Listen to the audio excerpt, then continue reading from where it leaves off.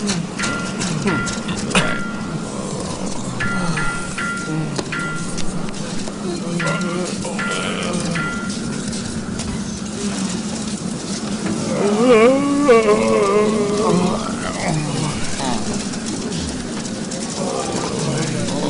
ยากลุกเลย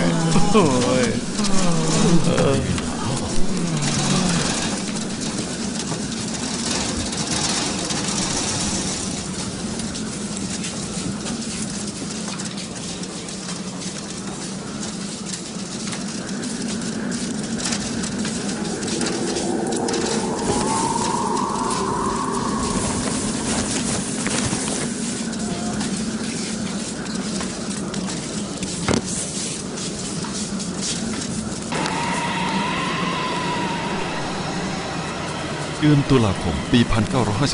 1951 ที่ตำบลลาโซในไซบีเรียสหภาพโซเวียตอุณหภูมิต่ำกว่า-40 องศาเซลเซียสที่นี่คือค่ายกักกันนักโทษซึ่งกล่าวกันว่าถ้าใครถูกส่งไปแล้วจะไม่สามารถมีชีวิตรอดกลับมาได้อีกเลยไป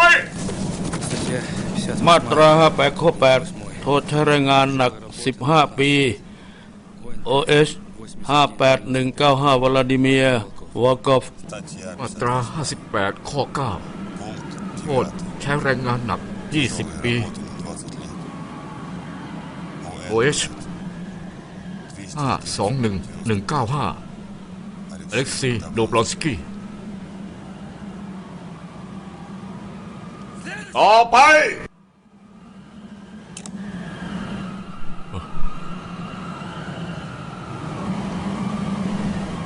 มาตรา58 ข้อ 4 และข้อ 9 ใช้แรงงานหนัก25 ปี OH 532037 อิคิ ทาดาชิ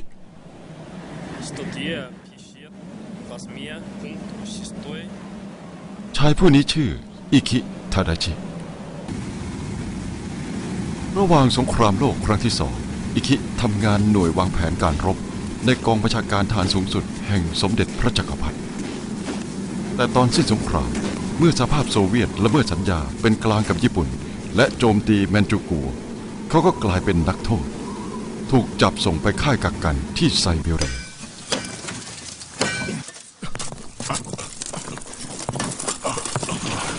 จากนั้นศาลทหารโซเวียตได้ตัดสินให้เขาเป็นอาชญากรสงครามมันเป็น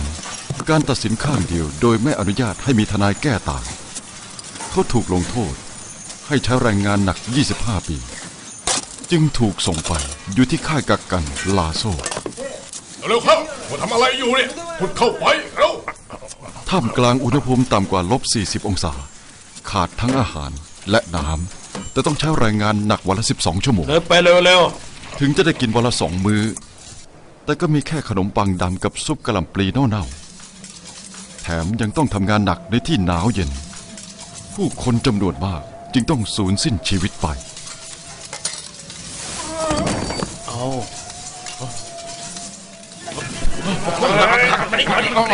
จ้องเลย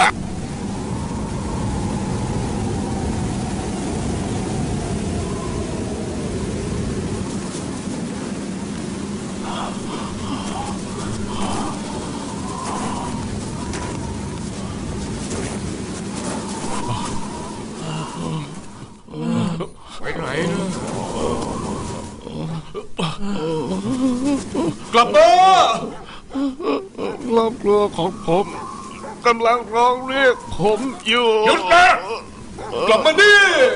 ผมจะกลับบ้านเดี๋ยวนี้อย่ายิงนะ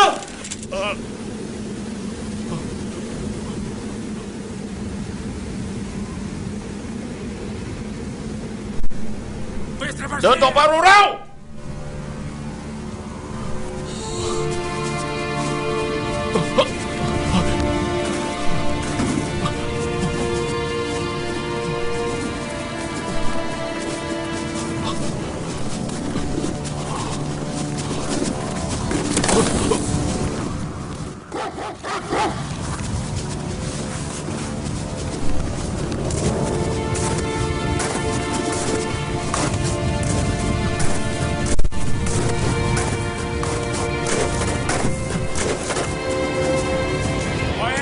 ตัว OS 532-037ออกไป ไม่ต้องพยุงให้มันเดินเอง อิคิทาดาชิยังดำรงชีพอยู่ได้ด้วยความเชื่อเพียงสิ่งเดียวเท่านั้น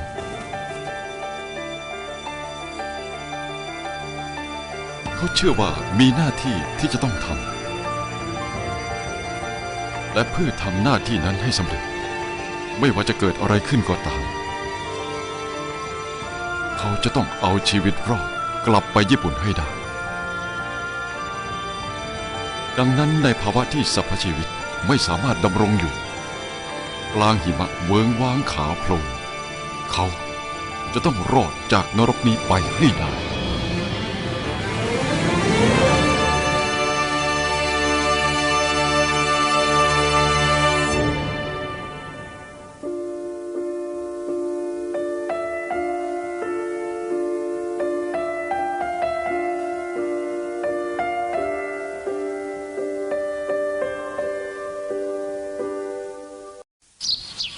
11 ปีที่ต้องใช้แรงงานหนักตามค่ายนรกในไซบีเรียระหว่างนั้นนักโทษมากมายต้องสิ้นชีวิตไปมาโกโตพัฒนาล่ะเอามาแล้วนี่เข้ากล่องจ้ะส่วนอิคินี่ค่ะถึงจะลำบากแสนเข็ญเกือบตายแต่เขาก็ยังสามารถเอาตัวรอดนี่จ้านี่กลับมาอยู่ญี่ปุ่นได้2 ปีแล้วอันนี้ที่ไว้ฉันล้างเถอะไม่เป็นไรยังมีเวลาอยู่ค่ะแล้ววันนี้จะให้ซื้ออะไรบ้างล่ะเต้าหู้ทอดแผ่นหนึ่งกับบุกห่อหนึ่งหัวหอมใหญ่ด้วยนะคะไปนะคะไปนะครับไปนะคะไปดีมาดีนะ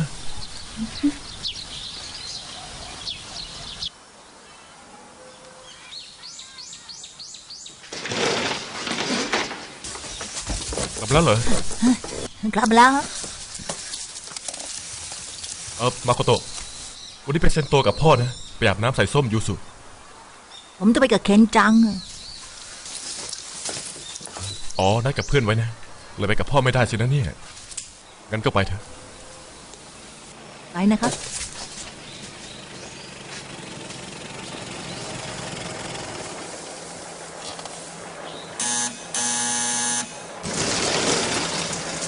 ไม่ได้พบสนานนะครับลุงคาวามาตะ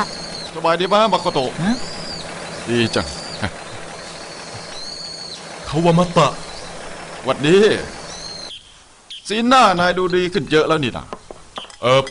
เพราะนายช่วยนั่นแหละงั้นก็เริ่มคิดหางานทำได้แล้วสิหางานให้ลูกน้องได้เรียบร้อยครบทุกคนแล้วนี่ก็จะหาของตัวเองแล้วล่ะคิดจะกลับมาเป็นทหารอีกไหมตอนฉันอยู่ไซบีเรียได้ดูแลครอบครัวฉันอย่างดีขอโทษนะที่ต้องขัดใจอย่าพูดอย่างนั้นสิฉันกับนายเป็นเพื่อนเรียนนายร้อยมาด้วยกัน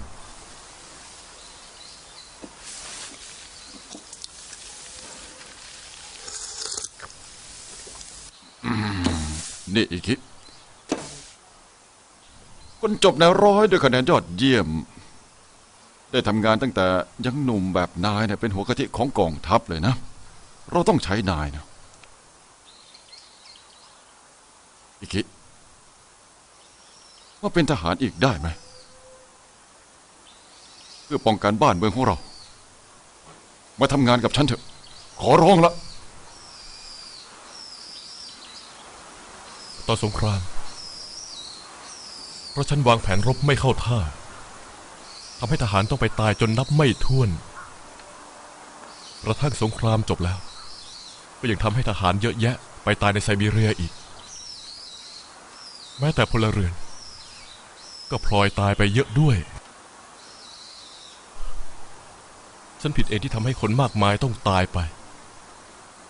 ฉันแบกหน้าไปป้องกันประเทศอีกไม่ได้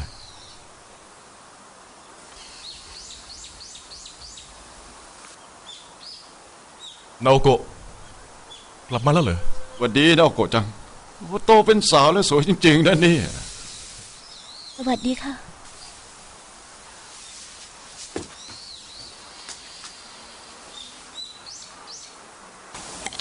คาวามาตะเป็นนักเรียนนายร้อยรุ่นเดียวกับพ่อเนี่ยเป็นเพื่อนรักมากของพ่อเลยตอนที่พ่อไม่อยู่เขาก็อุตส่าห์ดูแลพวกเธอ ส่งข้าวมาให้บ้างพาแม่ไปฝากงานที่เทศบาลแล้วก็ช่วยเหลืออีกหลายเรื่องเลย คุณพ่อจะไปกลาโหมอีกเหรอคะ เอ๊ะ จะกลับไปเป็นทหารอีกแล้วเหรอคะ นาโอโกะ อย่าไปสงครามอีกนะคะ งานที่เกี่ยวข้องกับสงครามน่ะหนูกับคุณแม่ไม่ชอบเลย ตอนที่คุณพ่อไปสงครามแล้วแถมยังถูกกักกันที่ไซบีเรียตั้ง11 ปี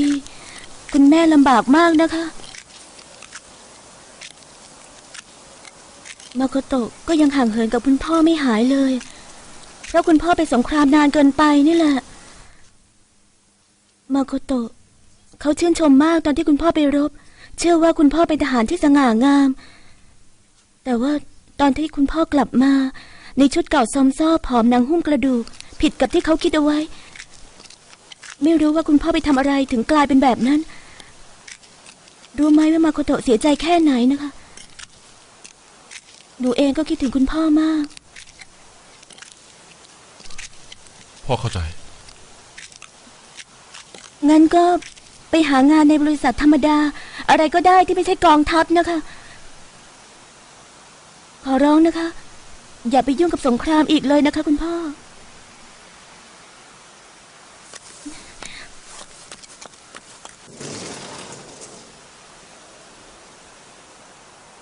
พระเจ้าในฐานะตัวแทนของญี่ปุ่น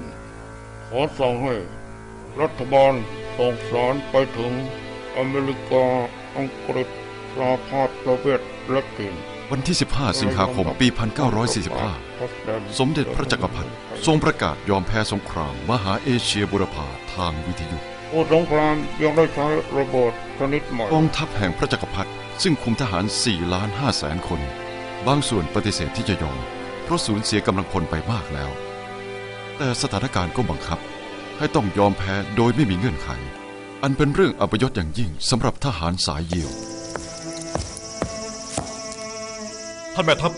เรียกผมเหรอครับ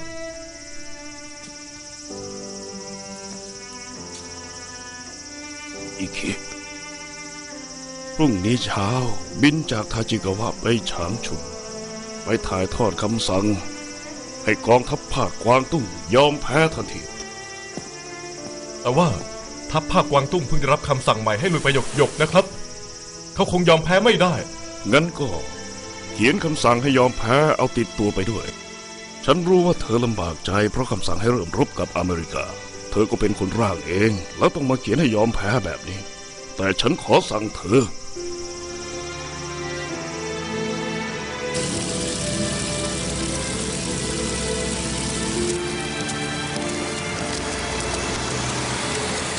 อิเค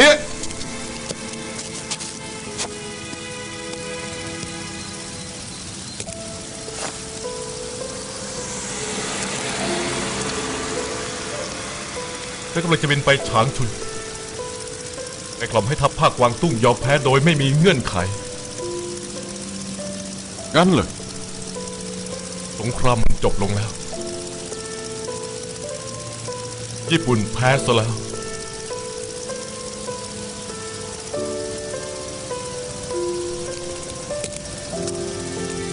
อิเค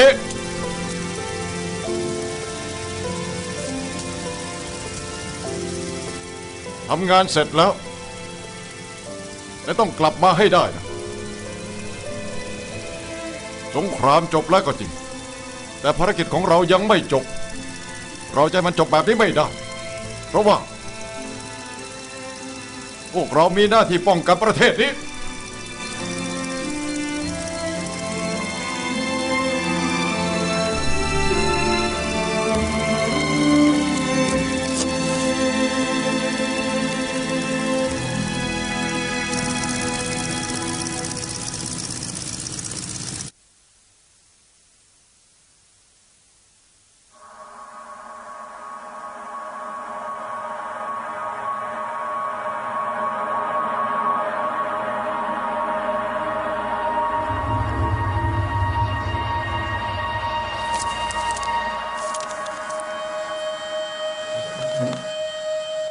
อาจมากนะ ถือคำสั่งยอมแพ้ไม่ให้พวกเราได้ยังไงกัน ยังเป็นทหารอยู่หรือเปล่า รู้จักอายซะบ้างสิ กองบัญชาการสูงสุดสั่งให้อดกลั้นเรื่อยมา โซเวียตมันยั่วเราก็ไม่ตอบโต้เพื่อปกป้องแมนจูมันก็แย่แล้ว อย่าบังอาจมาสั่งให้เรายอมแพ้ ต้องทิ้งพลเรือนตั้ง1,500,000 คนซ้ำเรายังจะต้องกลายเป็นอาชญากรสงครามด้วยมันมากเกินไป เมื่ แล้ อ ว คราววันก่อนกองบัญชาการเพิ่งส่งคำสั่งมาหยกๆให้เริ่มรบกับโซเวียตไม่ใช่เหรอจู่ๆกลับมาสั่งให้ยอมแพ้แบบนี้ได้ยังไงกันเนี่ยใช่มันมากจริงใช่มันมาก เงียบหน่อย เราต้องปฏิบัติตาม เพราะเป็นพระราชประสงค์ขององค์จักรพรรดิพระองค์ไม่อยากให้ใครตายเปล่าอีกต่อไป เราจะยอมแพ้แล้วเลิกรบทันทีเลย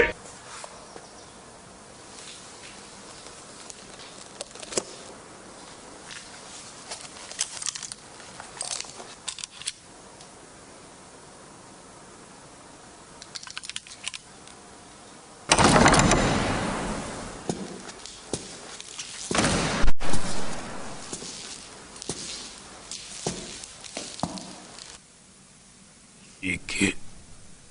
ภารกิจของเธอคืออะไร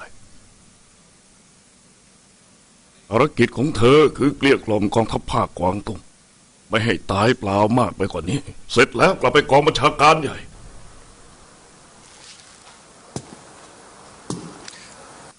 เธอเป็นทหารนะต่อไปนี้เธอจะต้องลิ้มรสความขมขื่นของการเป็นพยานแห่งประวัติศาสตร์นั่นแหละงานในความรับผิดชอบของเธอเพราะฉะนั้น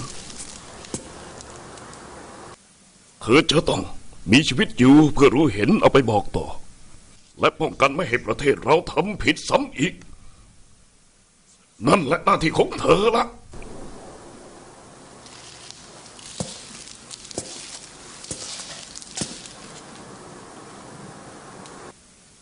ต้องมีชีวิต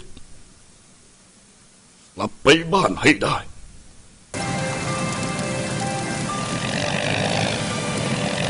ท่านครับ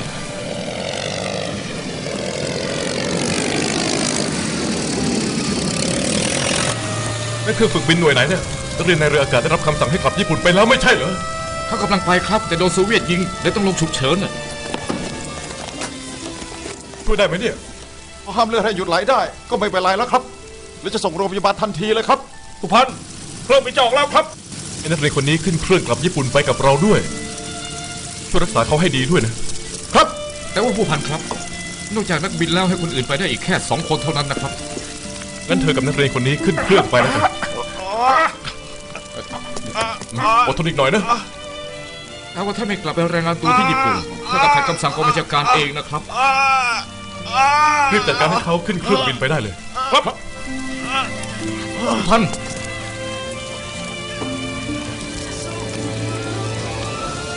ท่านจะอยู่ที่นี่เอง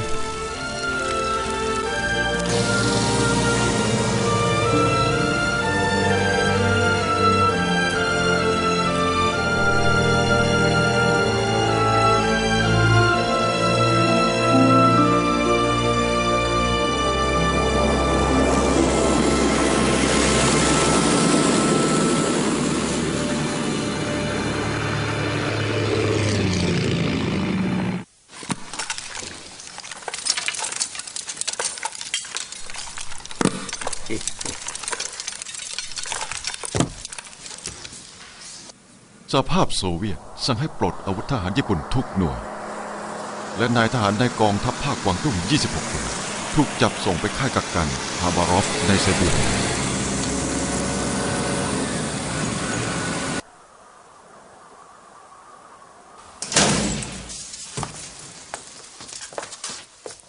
อีคิอยู่ที่นี่ไหม อีคิลุกขึ้นเดี๋ยวนี้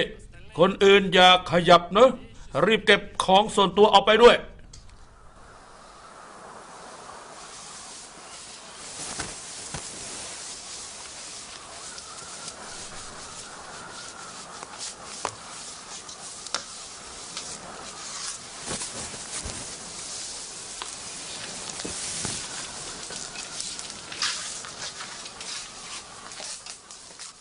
อิคิ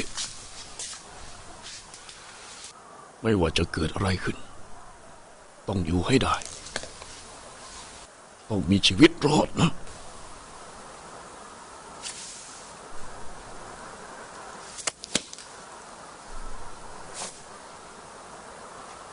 เร็วๆสิ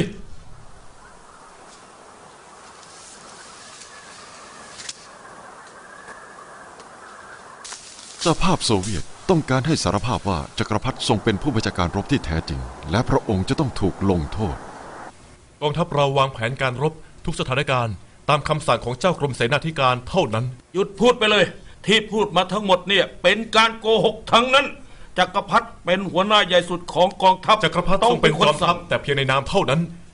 ผู้ที่วางแผนสั่งการรบจริงๆคือเจ้ากรมเสนาธิการสูงสุด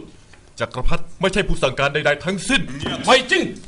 จักรพรรดิต้องเป็นคนรับผิดชอบได้ผิดแล้วรับมาตัวจักรพรรดิเป็นคนสั่งผมพูดอย่างนั้นไม่ได้เพราะมันไม่ใช่ความจริง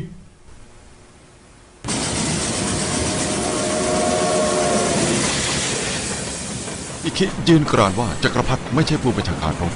เขาจึงถูกจับส่งขึ้นรถไฟมุ่งไปที่ใดไม่แจ้ง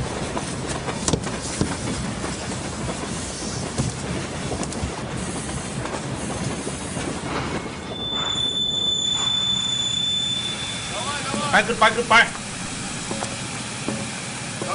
เร็วไ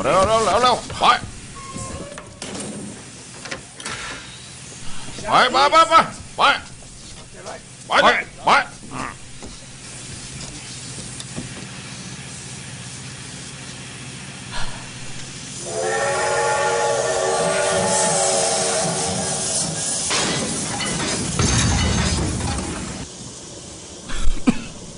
เป็นทหารกองทัพภาคกวางตุ้งเหรอครับผมเคยเป็นพนักงานบริษัทโทรเลขแมนจู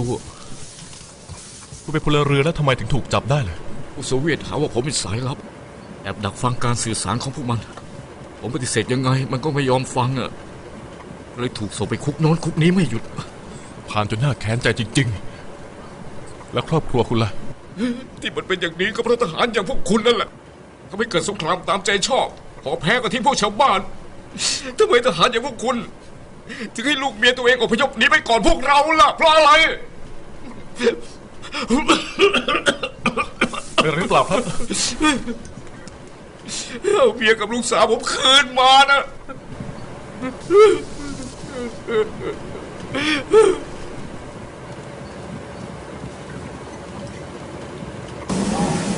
รถไฟขบวนนั้นมุ่งหน้าไปทางตะวันตกเรื่อยๆปลายทางคือไทเซต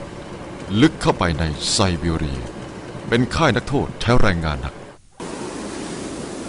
นักโทษใหม่ทุกคนที่เพิ่งเข้าไปเหมือนอีคิ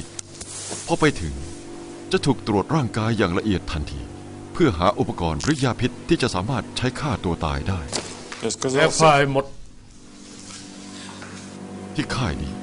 ไม่ว่าใครจะขาดอาหารหรือร่างกายทรุดโทรมแค่ไหนก็ต้องทำงานใช้แรงงานหนักทุกคนแม่กล้ามก้นแน่นปังแข็งแรงดีนี่หว่าพรุ่งนี้ไปใช้แรงงานหนักได้เลยนะ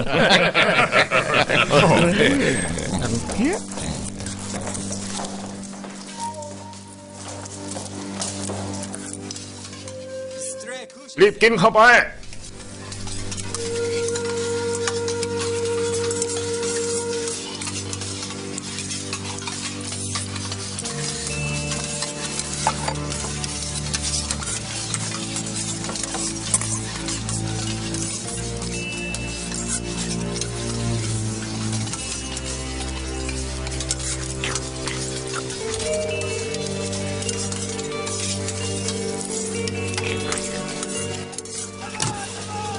ทำงานทำเร็วๆหน่อยแรงมือกันหน่อยเข้าเร็วทำไม่เสร็จเร็วทั้งขาดอาหารและอยู่ในภาวะอันทารุณเช่นนั้นผ่านไปครึ่งปีสุขภาพของอิคิก็ทรุดโทรมลงอย่างรวดเร็วเร็วหน่อยเร็วหน่อยเร็วไม่เททั้งหมดอาดยืดครับ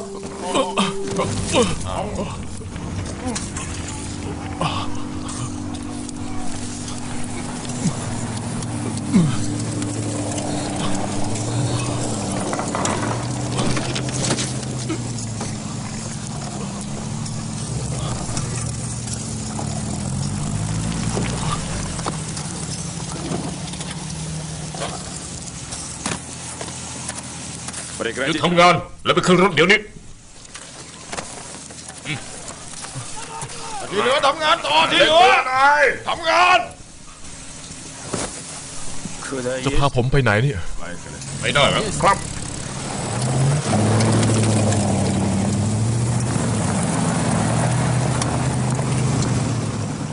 จะพาผมไปฆ่าเลย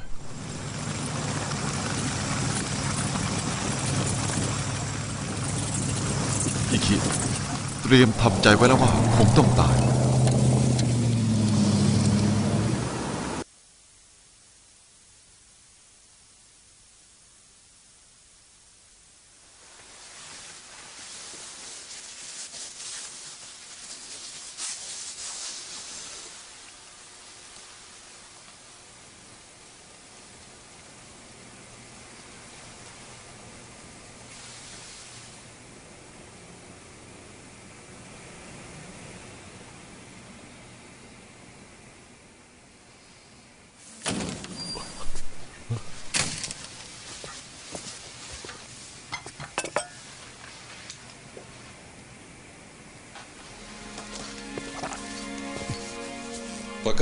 อยู่ที่นี่ไปสักพักหนึ่งนะ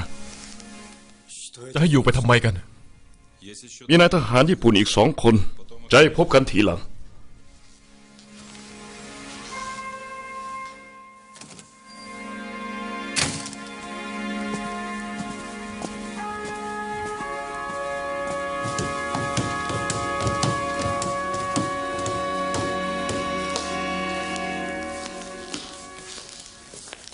โทโรตาเคมุระ เองเลยอิคิท่านผู้ว่าการรถไฟภาคพื้นทวีปพลโทอากิสึก็อยู่ด้วยนะ คิดดีใจที่ถึงยังมีชีวิตอยู่ ผมก็ดีใจที่ท่านปลอดภัยนะครับ นั่งสิ อยู่นานแล้วเหรอครับ อาทิตย์กว่าแล้ว ตอนแรกเจ้ากรมซูซูกิก็อยู่นี่ด้วย แต่ท่านไม่สบายถูกส่งเข้าโรงพยาบาลไปแล้ว อย่างนั้นเหรอครับเนี่ยแต่ให้เราอยู่นี่เพื่ออะไรกันนะครับ ไม่รู้สิ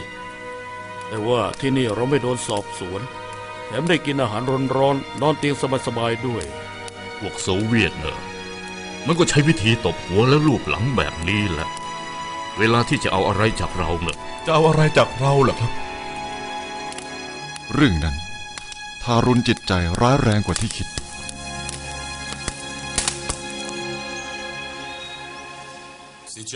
ตอนนี้ศาลทหารนานาชาติคดีเอเชียบุรพา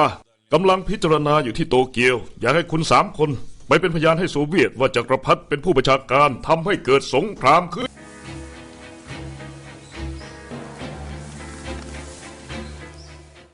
ปฏิเสธเด็ดขาด ศาลทหารนานาชาติคดีเอเชียบุรพาคือศาลที่ประเทศผู้ชนะสงครามตั้งขึ้นพิจารณาโทษญี่ปุ่นอเมริกายืนยันว่าจักรพรรดิไม่ต้องรับผิดชอบเรื่องสงครามเพราะไม่ใช่ผู้สั่งการ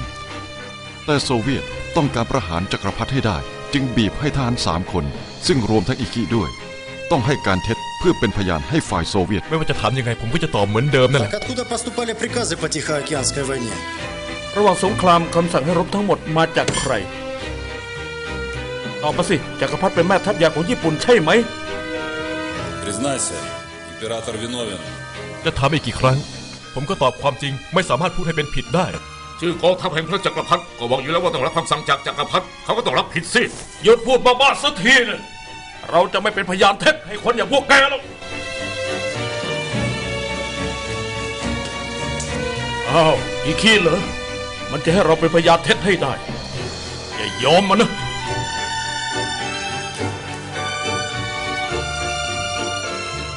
ตลอด1 เดือนแม้จะสอบเค้นอย่างไรทั้ง3 คนก็ยังยืนกรานปฏิเสธพวกโซเวียตจึงขู่ว่าจะบังคับให้ซูซูกิผู้บัญชาการกองทัพภาคกวางตุ้งซึ่งยังอยู่ในโรงพยาบาลไปให้การแทนเพราะว่าต้องมีใครสักคนเป็นพยานเข้าข้างโซเวียตให้ได้ ถ้าอย่างนั้นขอให้คุณสัญญาเรื่องหนึ่งกับเราได้ไหมล่ะ ว่าไง พวกเราจะสารภาพเหมือนที่ให้การกับพวกคุณไปแล้ว เพราะว่ามันเป็นความจริงเราไม่สามารถพูดให้ผิดไปได้หรอกตกลงไหม เข้าใจแล้ว ผมสัญญาตามนั้น อันพวกเราจะยอมไปให้การในศาลก็แล้วกัน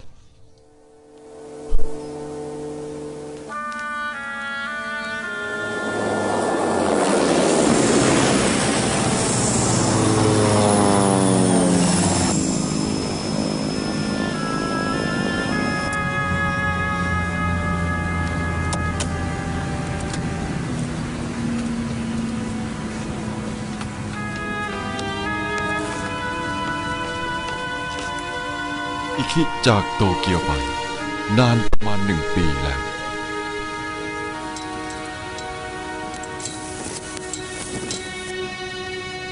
จากไปซะตั้งนาน ญี่ปุ่นเป็นยังไงครับปวดใจแล้วสิที่เห็นญี่ปุ่นเสื่อมโทรมผิดตาขนาดนี้ ให้การเสร็จแล้วพวกคุณ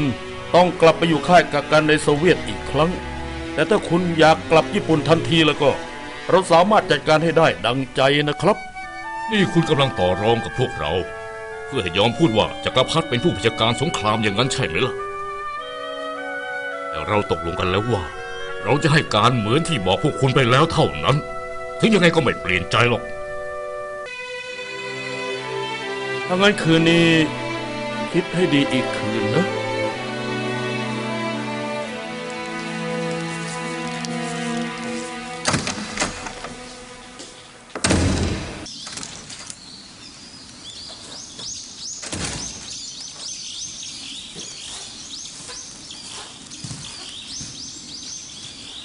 วันนี้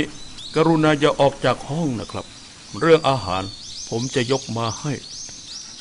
แต่ทุกมื้อเราจะต้องไปทานที่ห้องท่านอาคิสึไม่ใช่เหรอ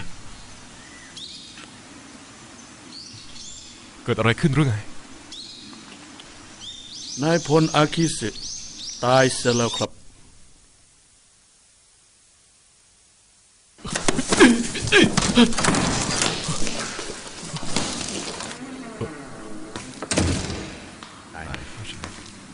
เขาฆ่าตัวตาย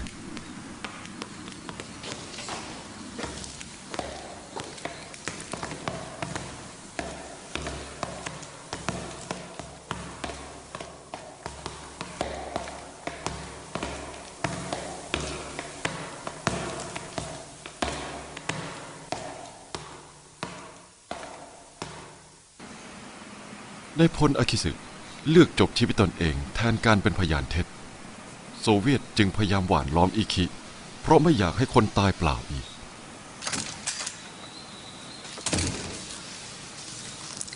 วันนี้ก็ไม่ทานอาหารอีกแล้วเหรอครับ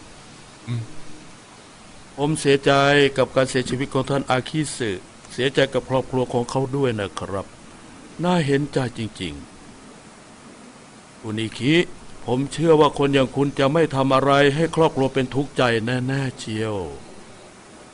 ไม่ต้องมาห่วงครอบครัวแทนผม เพราะตอนนี้พวกเขาอยู่ไหนก็ไม่รู้ พวกเรามีข่ายงานกว้างสืบหาข่าวได้สารพัดและได้พยายามช่วยกันหาให้คุณแล้ว เราพบว่าตอนนี้ครอบครัวของคุณอยู่ที่โอซาก้า โอซาก้าเหรอเข้าใจผิดหรือเปล่า เราไม่รู้จักใครที่โอซาก้าเลย ไม่ผิดแน่ๆครับ เราพาพวกเขาเดินทางไกลทั้งคืนจากโอซาก้ามาพบคุณที่นี่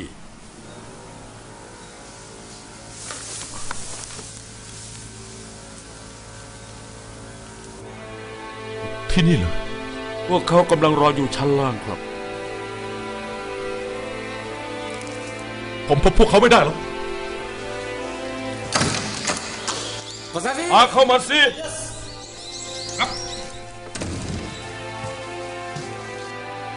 ลูกๆคุณก็มาด้วยนะ น่ารักมากเลยนะครับ นี่เป็นของขวัญจากลูกสาวคุณฝากมาให้ก่อนนะครับ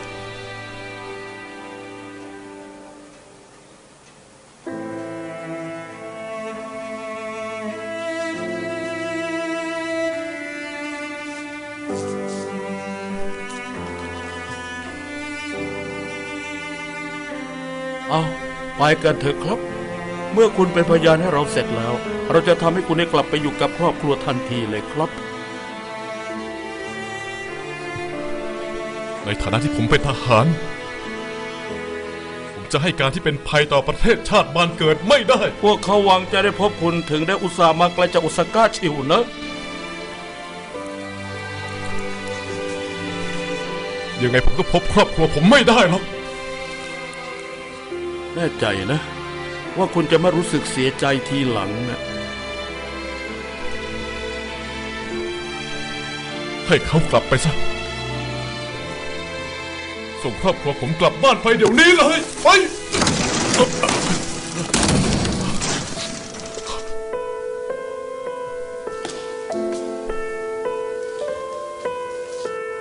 ขอโทษนะครับ คุณอิคิให้บอกว่าไม่อยากพบพวกคุณครับ เอ๊ะทำไมล่ะทำไมถึงไม่ให้หนูพบกับคุณพ่อล่ะ คุณพ่อคะเนโอโกะหนูเป็นลูกทหารนะ ไม่ควรร้องไห้นะจ๊ะ กลับบ้านกันเถอะไปเถอะลูกไปเถอะมาโคโตะ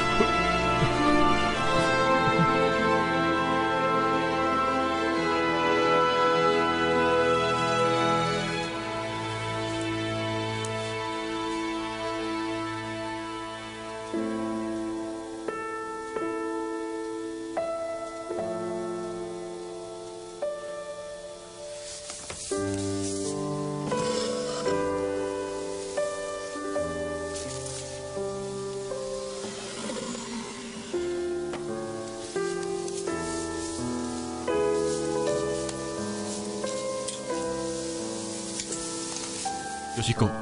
ฮะ เรื่องหางานเนี่ยฉันจะไปพบคุณไดมงประธานคิกิโชจิ เอ๊ะ ไม่รู้ว่าบริษัทค้าขายอย่างนั้นฉันจะทำอะไรได้บ้าง แต่เขาอุตส่าห์อ้อนวอนมาตั้งหลายหนแล้ว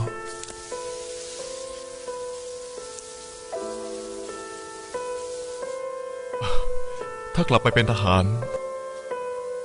ครอบครัวอาจจะสุขสบายกว่านี้ ไม่ค่ะ ฉันนึกว่า คุณปักใจแล้วว่าจะกลับไปเป็นทหารเหมือนเดิม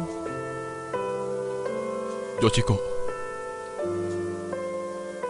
แต่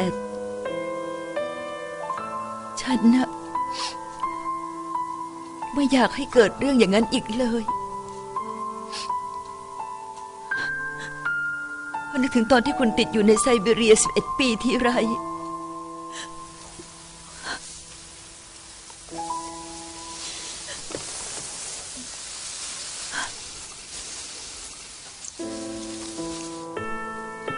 ฉันขอโทษ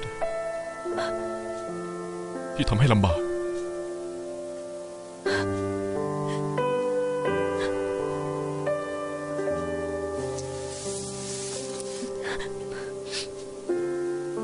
ต่อไปนี้เราจะ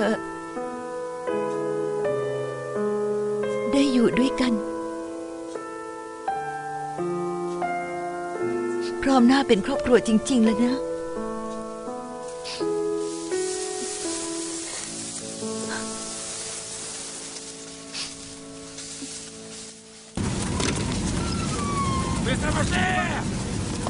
ทำงานไปทำงาน หน่อยเดินไปเร็ว ในการขึ้นศาลทหารนานาชาติที่โตเกียวฝ่ายโซเวียตไม่อยากให้มีใครต้องเสียชีวิตโดยเปล่าประโยชน์อีกจึงไม่ได้บังคับให้พวกอิคิเป็นพยานเท็จให้เมื่อพิจารณาคดีเสร็จสิ้นอิคิถูกส่งกลับฮาบารอฟแล้วถูกศาลทหารตัดสินให้เป็นอาชญากรสงครามมีโทษคือใช้แรงงานหนักเป็นเวลา 25 ปีจึงถูกส่งไปค่ายที่ลาโซ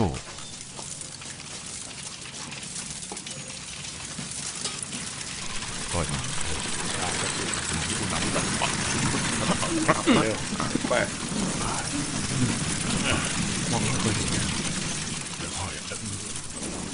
พังไปพังอะไรกันอะไรเฮ้ยอุ้ยอุโมงค์ถล่มหนีเราหนีเราหนีเราหนีเราอุโมงค์ถล่ม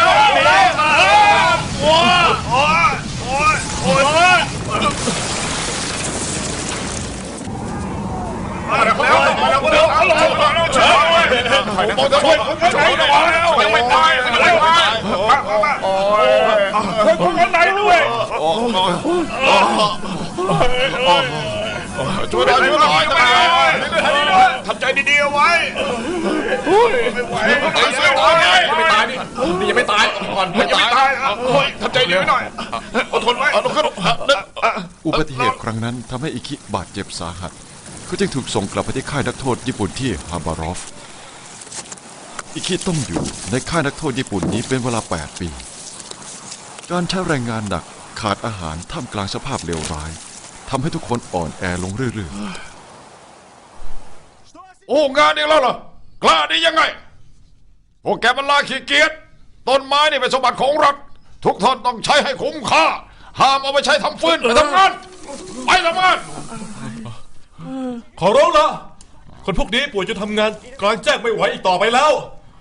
แม้แต่ขึ้นรถมาที่ไซต์มันก็หนาวจะแย่อยู่แล้วแค่ก่อไฟผิงให้อุ่นหน่อยมันจะผิดอะไรนักหนาเราก็เป็นคนหิวเป็นหนาวเป็นไม่ได้สบายเหมือนพวกคุณนี่ฟังนะถึงจะเป็นนักโทษพวกเราก็เป็นนายทหารญี่ปุ่นบังคับให้ทำงานเหมือนเป็นทาสอย่างเงี้ยมันผิดกฎหมายระหว่างประเทศไม่รู้เหรอขี้คุกจะพวกแกไม่ต้องคิดถึงกฎหมายระหว่างประเทศหรอกกลับไปทำงานเถอะไอ้พวกเขี้ยวร้าย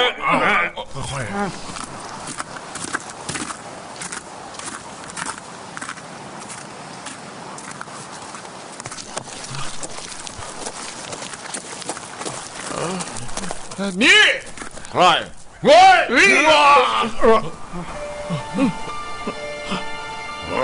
อะไรกันยังไงก่อนจับมัน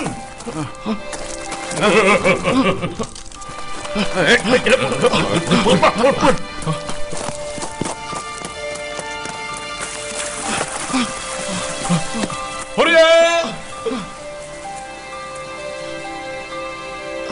ฮอริเอะ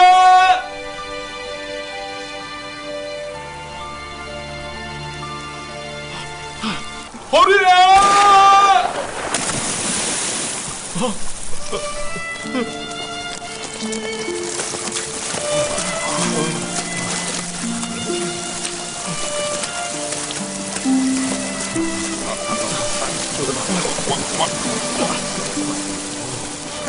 ไม่น่า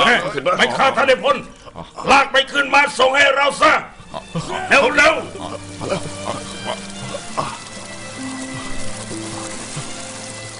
เขาตายแล้วล่ะเดี๋ยวพวกเราจะฝังศพเขาเองไม่ได้เพราะมันเป็นอัยกรสงครามลากศพไปขึ้นให้เราเดี๋ยวนี้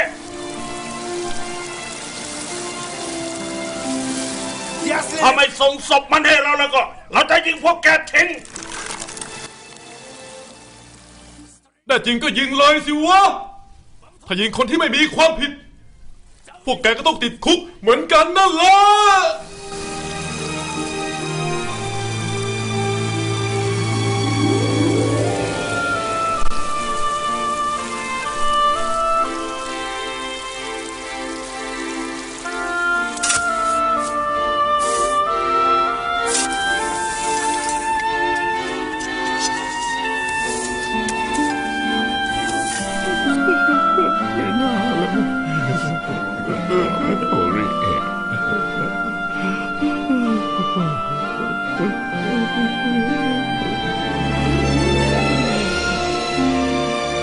หลังจากนั้นสถานการณ์ก็ไม่ดีขึ้นเลยสักนิดอิคิกับพวกนักโทษญี่ปุ่นยังถูกบังคับให้ทำงานหนักแทบตายต่อไปปี 1955 หลังสงครามญี่ปุ่นได้รับการบูรณะทีละน้อยจนเหมือนกลับชาติมาเกิดใหม่แต่ว่าค่ายนรกแห่งนี้ยังแสนลำเค็ญเช่นเดิมเพราะญี่ปุ่นกับโซเวียตยังไม่เปิดสัมพันธภาพทางการทูตต่อกัน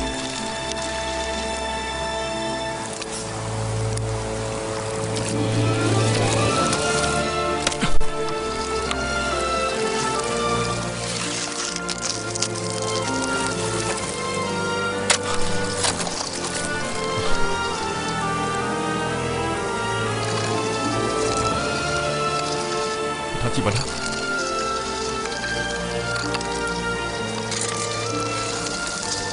คุณทาจิบะนะ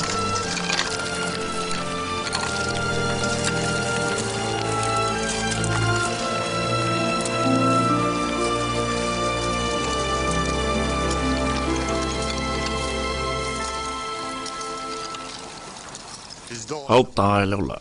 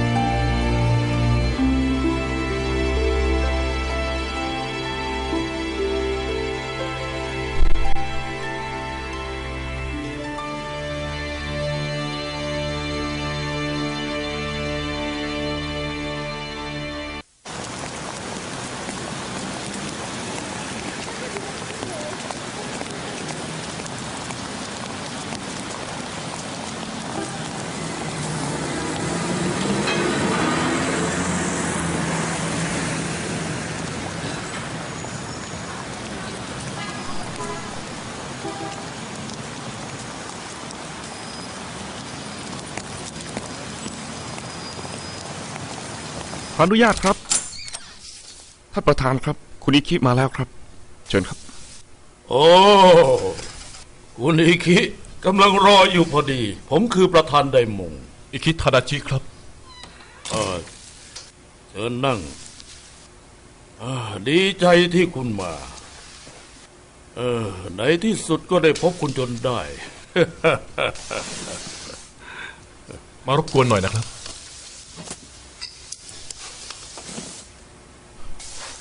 คราวนี้ขอบคุณมากๆนะครับที่รับผมเข้าทำงานไม่เป็นไรผมรู้ว่ากองทัพตามจีบคุณหลายหนแล้วแต่คิดว่าคุณต้องตัดสินใจมาทำงานกับเราแน่ผมเนี่ยเข้าโรงเรียนเตรียมทหารตั้งแต่อายุ14นอกจากการทหารแล้วไม่รู้เรื่องอื่นเลยนะครับไม่แน่ใจว่าจะทำอะไรให้บริษัทของท่านได้บ้างเนี่ยธุรกิจหลักของเราคือการค้าขายสิ่งทอนะไฟแดงนั่นคือสาขาในต่างประเทศส่วนไฟเขียวคือบริษัทลูกต่อไปเราอยากจะสร้างฐาน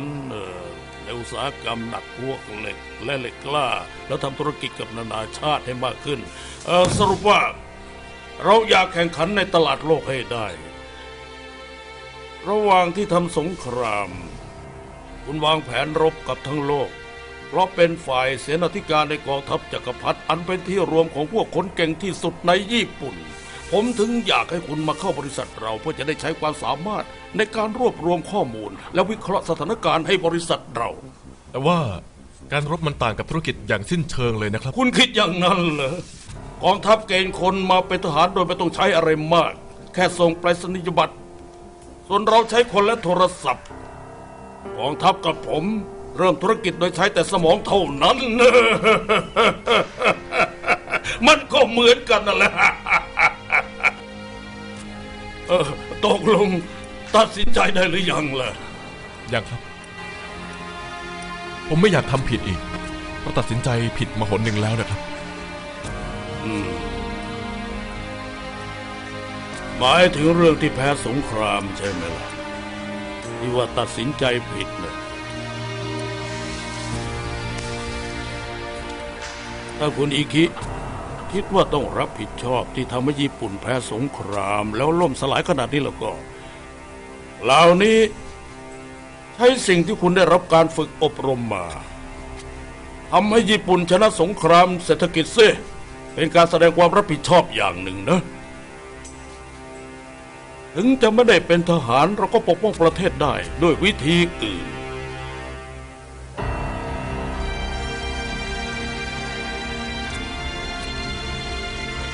คุณอิคิมาทำงานกับผมเถอะนะผมมีเงื่อนไขข้อหนึ่งเท่านั้นครับเรื่องอะไรล่ะผมอยากทำงานที่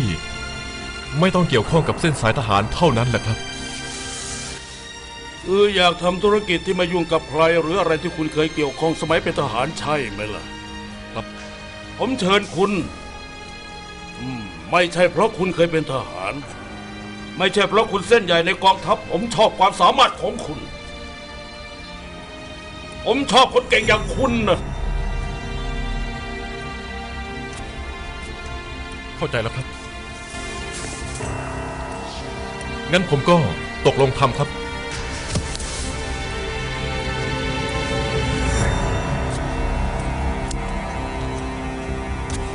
ขอบใจนะ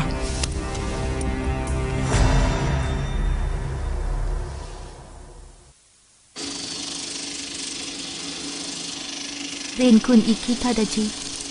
ขอโทษที่จู่ๆก็เขียนจดหมายมาทั้งที่ไม่รู้จักกันเช่นนี้ดิฉันเป็นลูกสาวของพลโทอากิสึโนริตาเกะผู้ล่วงลับอิคิดีใจที่เธอยังมีชีวิตอยู่จดหมายจากลูกสาวพลโทอากิสึท่านอากิสึคนที่ฆ่าตัวตายก่อนขึ้นศาลนานาชาตินั่นเหรอคะไม่อยากรู้ว่าท่านมีครอบครัวอยู่ที่เกียวโตด้วยก็น่าจะไปเยี่ยมถามทุกสุขคนในครอบครัวท่านสักครั้งหนึ่งดีไหมคะ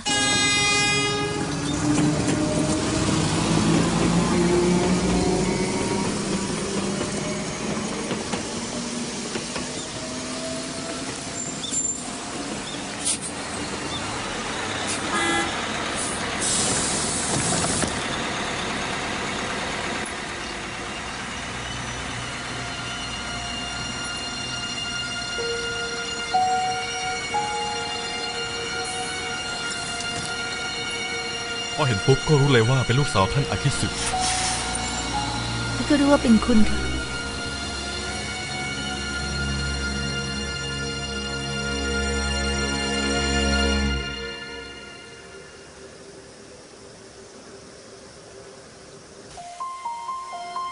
ที่ท่านอากิสึตัดสินใจอย่างนั้น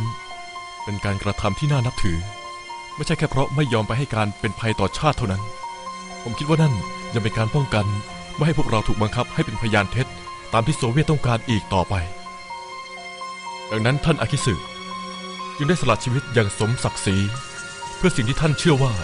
ชายชาติทหารควรจะทำ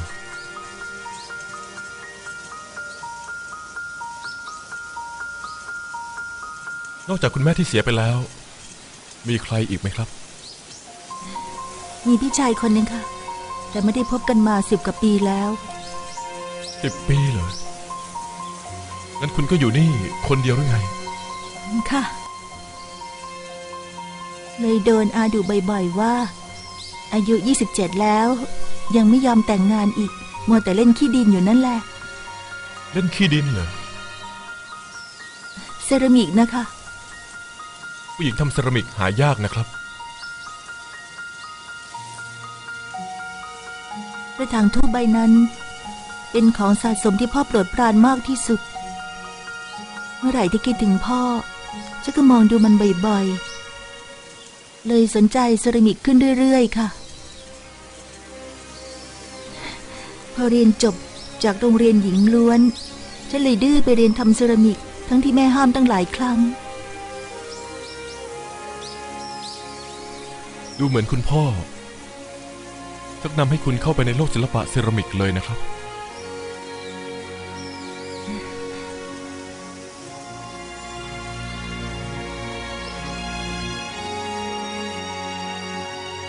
พ่อฉันชอบที่นี่มากๆค่ะชอบมานั่งเล่นตรงนี้มองดูภูเขาฮิเอค่ะ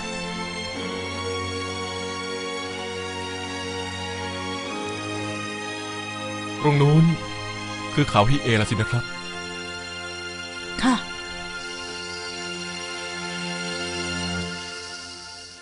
พี่ชายฉันอยู่บนเขานั่นแหละค่ะ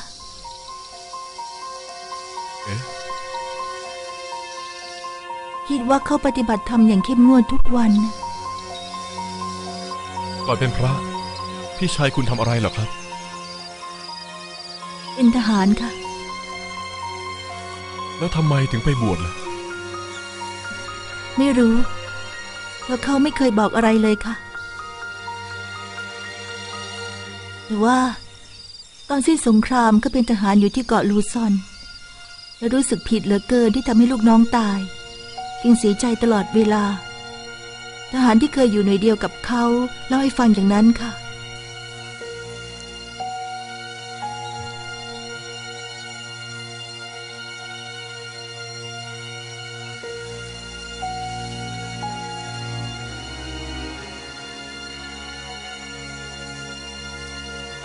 คุณอิคิค่ะเขาตัดขาดจากโลกภายนอกหลีกวิเวกไปปฏิบัติธรรมอย่างหนักเพื่อแสดงความรับผิดชอบต่อทุกคนที่เสียชีวิตไปนะสินะครับ